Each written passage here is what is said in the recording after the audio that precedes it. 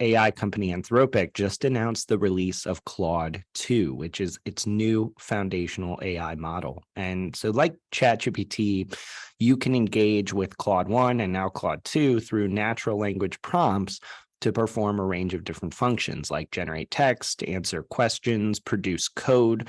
Now, Claude 2 is just vastly more powerful than its predecessor. So it actually has improved its reasoning from the previous model, and it now scores above the 90th percentile on things like the GRE reading and writing exam. Now, a big thing with this model is that the number of tokens you can input into Claude 2 is massive. You can input up to 100,000 tokens in a single prompt, which, according to Anthropic, quote, means that Claude can work over hundreds of pages of technical documentation or even a book. And I looked this up for reference. The novel that I'm sure a lot of people read in like high school, The Great Gatsby, is about 72,000 tokens, which means you could upload the whole thing to Claude if you had it in the right file format and literally summarize or ask questions or write content off of that book. And you can actually also upload PDFs and CSV files to Claude 2 and use it to query that information as well. Anthropic also says the model is much better at coding tasks and math problems than the previous version. So I've played around with this a bit, but Paul, I'm going to definitely get your thoughts on how you've been experiencing it. But first up, how much of a leap forward is this model in your opinion? Well, having played with it, it's quite significant. I mean, I would say it's probably the closest thing to GPT-4 that I've personally experienced. They have a bunch of money. You know, we talked about before, they raised 450 million Series C in May. They're over 1.4 billion total raised, estimated to be worth over 4 billion. So, I mean, they're a major player. You know, it's them and Inflection and OpenAI and Google and you know, a few other key players, but they're doing some really interesting things. And I know, you know, we wanted to talk about the example I had just this week where I was using a test case of I'm interviewing Ethan Mollick. So at MAICON, we're doing a fireside chat, and anybody who doesn't follow his One Useful Thing newsletter, go subscribe. He has probably the most practical advice on the web right now of how these tools are playing out, the large language models and comparing them and running tests on these things. So we learn a ton from them. So in preparation for that interview, I thought, okay, well, I've got about a dozen of his articles that I wanted to use as inspiration for the interview. And I thought this is the perfect use case for these tools. So my process was, as you and I were saying, like when I'm going to talk about something, I have to read it myself. I cannot just give this to one of these tools and have it summarized for me and process it. So what I did is I went through my own process for each of them. I had my notes, which often is copy paste bullet points of like key things that they say. And then I had my questions and I would draft my own questions based on the article. Then I took the first article, which was, that one was about, let's see, which one was it? Oh, setting time on fire and the temptation of the button. So the whole article was about the Google Help Me Write button that's coming to Google Docs, which he already has access to, and the impact that that's going to have on knowledge work and, you know, the meaning of work and all of this stuff. So I took that and I tested Google Bard, Inflection Pi, Claude 2, ChatGPT 3.5, 4, and Code Interpreter. So what I was doing with the first article was trying to figure out which of these models is actually the most usable for doing a summary. The prompt I gave each of them was, I need your help preparing for an interview with Ethan Mollick, Associate Professor at the Wharton Business School.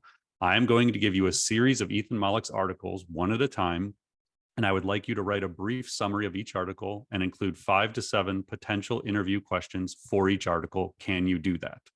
And then I would get the response from each of them. So compared to the outputs of some prompting experimentation, I would look at kind of all that they gave me. And so I ended up, after the first one, centering on Claude 2 and ChatGPT 4. And the experiment was interesting in a number of ways, but Claude 2 absolutely performed on par with GPT-4 for this specific use case. I'll give a little more context on the couple other ones. So the one I thought was kind of shocking was Google Bard, which is, I think, the only one that's actually connected to the internet. So Claude 2 is not connected to the internet. ChatGPT is not connected to the internet at the moment. I believe it's because, well, we're going to talk about this later, but because it was bypassing paywalls and extracting content from stuff it wasn't supposed to have access to. So when I gave this to Google Bard, which again connected to the internet, asked it that question, it said, I do not have enough information about that person to help with your request. I'm a large language model, blah, blah, blah. So basically, like, it didn't understand what I was asking it, that I'm going to give you an article and then you're going to give it to me. It didn't realize that. So I said, are you able to read web pages and provide summaries? Yes, I can do that, blah, blah, blah, blah, blah. So I said, okay, great. Here's the first article. And I gave it the link. So now keep in mind, this is a blog post about the Google Docs Help Me Write button. The summary from Google Bard doesn't ever mention Google or Google Docs in the summary or the questions. So it was like completely missing the point of like what this thing was. And it was basically unusable. So what I realized about Bard at that moment, now again, we'll talk about the updates they just made, was it had some decent insights, but it basically just used a bunch of filler words to sound smart. Like that was my interpretation of it. If I asked someone like an intern or an associate to do this project and they came back, I was like, I would set it aside and start asking them questions about what they actually read to see if they really understood it. Because it was pretty apparent to me that it didn't really understand the context of this article at all. So Bard was like immediately out. Inflection Pi, oh my God. So I like Inflection Pi. It's a really interesting, very conversational agent. It is free to go use, so test it for yourself. It's supposed to be more personal, more empathetic, more conversational, but it just asks you questions over and over and over again. So for this use case, it was absolutely maddening to use. So it didn't, it couldn't do anything with the URL. So I pasted the whole article in, like copy, paste, put it in there.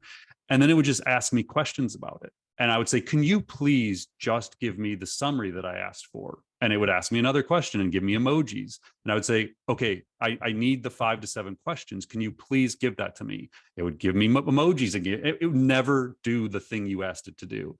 So Inflection was out. 3.5, ChatGPT 3.5 did a good job. Code Interpreter was amazing. So that was the first time I actually applied this to Code Interpreter. But again, keep in mind, it's not connected to the internet. So you have to give it the PDF. So in the case of Code Interpreter, you can actually upload the PDF or give it the full text. And then the same with ChatGPT 4 and Claude. So I would give it the full text. With Claude, you can upload the PDF as well. And it actually did a little better with the full PDF upload than it did with just the text. I tested both. So overall, what I would say is for this use case, for summarization of articles, and this is the beautiful thing for me is I've been looking for this exact use case for years. You and I read a lot of AI research papers. They're dense, they're scientific, they're long. I haven't had anything to help me summarize that. I can now take a PDF, upload it to Claude 2 and say, summarize this and provide me with the 10 bullet points, the key to this thing.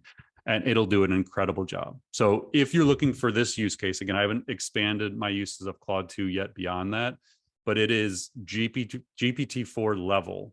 So I would say Code Interpreter, GPT-4, and Claude 2 are roughly on par for the use case that I did. And I'm saying like these summaries were incredible and the questions were deep. And so what I did is I then took the 10 articles, put them all into Claude 2 and ChatGPT 4, had it do its own summary and export of questions. And then I did my own for each. And then I merged all of those. And I would say out of the 20 or 30 questions I ended up with as possible questions for the interview, about half of them were from GPT-4 or Claude 2. Sometimes it was just they asked it better than I asked it. Other times they brought in context of things that weren't in the article at all, like deeper meaning behind what he wrote. And I was like, damn, that's really good. So yeah, I mean, my first take on Claude 2 is extremely impressive. But again, it's early in terms of how I'm using it.